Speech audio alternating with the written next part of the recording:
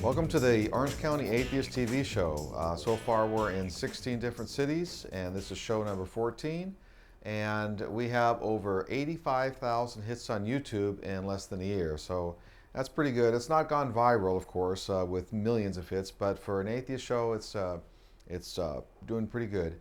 And keep in mind, this is the only atheist TV show in the entire part of Southern California. So if you want to go to the cable company that's in your city and request this particular show to be on, I'll be happy to send you a DVD of it. Contact us at the number below. Today we have Robert Richert, and he was on a previous show. He was the atheist in a foxhole, and we talked about that for quite a while. Welcome, Richert. Thank you. It's nice to be here again. And let's talk about what happened recently, just last week, and this is early September 2010. What happened in the media with Stephen Hawking? Well, I was watching Good Morning America, and I turned it on in the middle of the interview. I can't remember who was interviewing the great physicist, Cambridge physicist Stephen Hawking, the fellow who has Lou Gehrig's disease and is in a wheelchair. I'm sure everybody's seen him or heard of him. One of our preeminent physicists. The fellow that was interviewing is British, by the way, and Stephen Hawking said that his view of reality has changed in the last 20 years because of the advances in physics. He no longer believes that a God is a necessary element in the creation of the universe. Well, how about that? Yeah. Now, what made him change his mind? Because the Christians, of course, were really relying on him, being the super-duper braino that he is, very intelligent intellectual. He wasn't specific, but I know enough about the subject to know that in the last several years there have been a lot of interesting theories advanced about the universe, M theory, string theory, all of these things, in which we may live in a multiverse. We have things called brains, membranes, all of this wild stuff that's going on in physics, some of which imply that maybe the universe isn't eternal, that our current universe that we live in is part of an endless cycle. There's a lot of things going on. And this has convinced Stephen Hawking that what we call the beginning, at the beginning of the Big Bang, either that doesn't need a God, physics alone can explain why that happened out of nothing, or we are part of a multiverse in which this is a cyclic activity that's been going on and on and on. Does it disprove God? No. He said science can't disprove God, but his point is God isn't a necessary element to explain anything in physics. And I think that's a significant statement. I've believed that for quite a while, being a second-generation atheist, but for somebody of the prominence of Stephen Hawking to come out and say that on a widely viewed television program is a plus for atheists. Of course it is. Now, a couple different things. That suppose that the ID proponents out there, intelligent design proponents, said that, well, we believe that God did it. God created the universe, and of course physicists say, well, it probably happened naturally. If it happened by God or it happened naturally, how would you tell the difference? How would you tell the difference? You really can't tell the difference, but what you can do is with physics and astrophysicists and cosmologists, you can actually have a mathematical formula of how the universe could have happened. Now, it's way beyond you or me to explain this. They say that two space-times could have come together and created our universe from nothing. And that's a possibility. And if they can work out the mechanics, the actual formulas of this, it's a possibility because they have the ability to take a look at how nature works in the world. Again, way beyond what we are capable of understanding as laymen. They have looked at the cosmos and actually figured this out, which is amazing that they can even do it. We live in a wonderful world where the possibilities are where our exploration of the natural world has come to a point where we can explain our beginnings. Yes. Well, in ancient times, if you go back 2,000 years to biblical times, if people wanted to know where we came from, the big questions, who are we, where we came from, all that, where did you go? You went to the church. In ancient Greece, one might go to the philosophers, and that's the way it stood for a long time until the latter part of the 20th century. Science is answering, or at least positing credible solutions to problems like how did the universe come into exist, and we know that humans and all life on Earth evolved through a blind, mindless process called natural selection. And I will say we know that now. This is a done deal, despite the intelligent design crowd and the creationists, who are loud, noisy group of fundamentalist Christians who have no standing whatsoever in the scientific community, even though they claim they do. They claim they have hundreds of scientists. That's bogus Well, they might nonsense. actually, if there's 15,000 paleontologists and they have 100 paleontologists that agree with them. Stephen Gould said they had one. But Oh. Stephen Gould was the late Harvard paleontologist. There might be more now. He's dead now. Yeah, and there are almost no qualified scientists who doubt evolution and that the process of natural selection was a key factor in bringing all of life Oh, of course. into existence. And now, of course, the big question that was left unanswered, and is still unanswered, is how did the universe come to be? But the fact that science is digging into this now and providing credible answers, as you mentioned, is a really interesting thing. Well, and so where do we put God in all this? God just isn't a necessary element. And I think the time is now for saying that if you want to believe in God, fine, but God is not where you go to find out how the universe works. You go to science for that.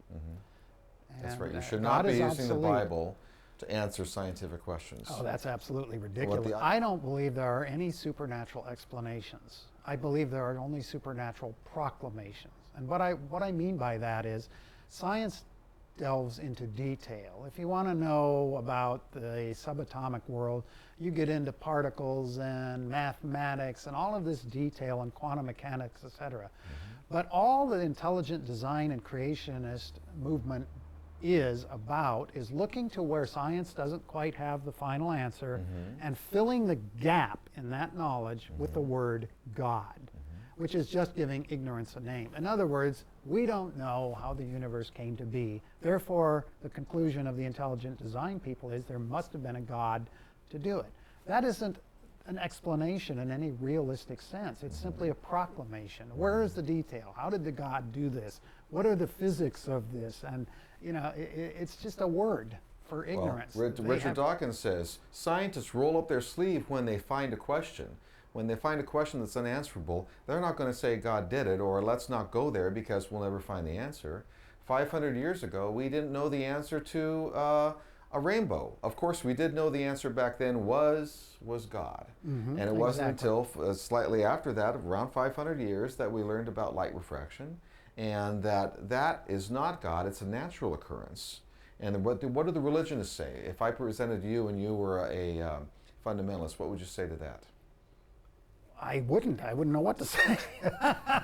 They say that God created the light, therefore the refraction particle is part of God. You see, it is God. What you're seeing is God. Yes, but that didn't explain it. No, and it also doesn't tell us how do you distinguish the rainbow from God. What is it about the rainbow that's unique to the rainbow? And where does God fit into this? Right. Again, if you call the universe God, as the pantheists do, I really don't like that because to me the traditional God is definition everything of is a the God, pantheist view. yeah, well, it's associated with the laws of the universe, the pantheistic view. But I don't call that a God. To me, a God traditionally, and to 95% of the people who believe in God, is a supernatural being of some sort that has a mind and a will and answers prayers and does all those other things. I don't think too many people are happy believing in a God that's an abstraction, just a cold concept, which is really what pantheism is, and not many people subscribe to that. And so if the answer from somebody to my previous question about if we don't know where the universe comes from and what science is doing is, well, everything science discovers is God, then I say to that, yeah, okay, fine, but that's really abusing the word God. It's not the And traditional plus, it's meaning. bringing God down to a natural level because God is defined as a transcendent supernatural. Right. He performs supernatural works. If we can explain them as natural, they aren't supernatural. And the only thing you could say is, well, it was supernatural at the start of everything, so everything must be supernatural. That doesn't make much sense. And it doesn't, again, explain it. It doesn't explain it in the natural sense. And we see this progressing, our science is progressing, where more and more we are seeing the natural laws around us being explored and answered. All the supernatural explanations are going by the wayside. Exactly. So isn't it a little bit embarrassing for somebody, say, the ID proponents say, Stephen Myers, I saw a lecture of him up at Biola University, I in wouldn't Los call that a Angeles. university. Well, it's I would call preaching it the a- supernatural, yes. Yes. But he was saying, he explains everything down to the DNA. Now, it isn't the cell, that's natural. It's not the mitochondria, that's natural. It's the actual forces that hold the DNA together. So he's basically reduced his God, Right. reduced his supernatural part of his God in ID proponency, if I can say that word correctly, down to just the forces in between the nucleotides. That was his entire lecture. And this is where God is getting smaller and smaller. And it's okay to believe in a God. You know, as atheists, I hope you agree that we don't condemn other people's belief. You do condemn other people's beliefs at all? Well, the way I look at it, respecting the right of somebody to hold an opinion doesn't mean you have to respect the opinion itself. Some opinions are well grounded in facts and good reasoning, and some opinions aren't. I can respect the right of people to hold opinions, but too many Americans equate respecting the right to hold an opinion with meaning that all opinions are equal, and they're not.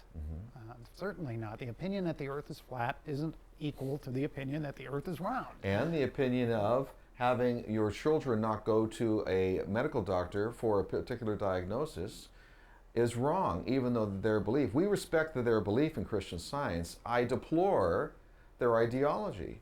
It's pretty much the same thing that you said, a little bit more divisive. Because if I respect all the people's religion, that's fine, as long as it doesn't harm anyone. It's those religions, and it's great evidence over history that religion has caused more harm, and even in today's society is causing harm. Take a look at Somalia and the female mutilations they Terrible. have. The time cover was And what is recent. that for? To cleanse them. Yeah. Cleanse them of what, says Ali Harish Iyan. And I'll actually put that name at the bottom because she's a proponent of eliminating female mutilations. Have you heard of her before? No, I haven't. But kudos to the women living in those countries who are standing up for women's rights, because they do so at the risk of their own life, just as many African Americans in the Deep South did in the civil rights movement a few years ago in our own country. It takes a lot. It's one thing to sit here on a nice day on a patio and talk about atheism when you know nobody's going to put a bullet in your head. But if that were a real threat, I often wonder, would I have the courage to do it? And so I really admire people who will stand up and risk their own life for an idea. Those are the real heroes. Oh, in my so book. are you talking about the heroes of 9/11, for instance? It's coming right up on 9/11s in 4 days, right? Gee. So, well, you have to respect, although completely disagree with their particular motive, you have to respect the dedication of the 9/11 hijackers. I know that might be dangerous to say, but they actually believed they were going to heaven because they were going to be doing this particular deed and that they were conquering evil. You know, even though they were absolutely wrong, and everybody would agree with that. I wouldn't say I respect that. I wish more people would recognize the fact that these people that did this horrible evil were motivated by strong religious faith. And I call it the ugly dark side of faith. People all in our culture think faith is a good thing. You have to have faith to be a moral, noble person. Well, people of very strong religious faith move those mountains on top of other people they don't like. And 9/11 was a perfect example of the dark side of faith. So faith isn't a good thing necessarily. Well, I totally agree with you there, but I think that most people who believe in a God or say I would never become an atheist have never really explored their religion, because there are so many examples of many religions, including Christianity, it's a big one actually, for causing harm in the world. And I'm actually going to be producing a documentary of that shortly on the evils of religion. It's very easy to show that religion causes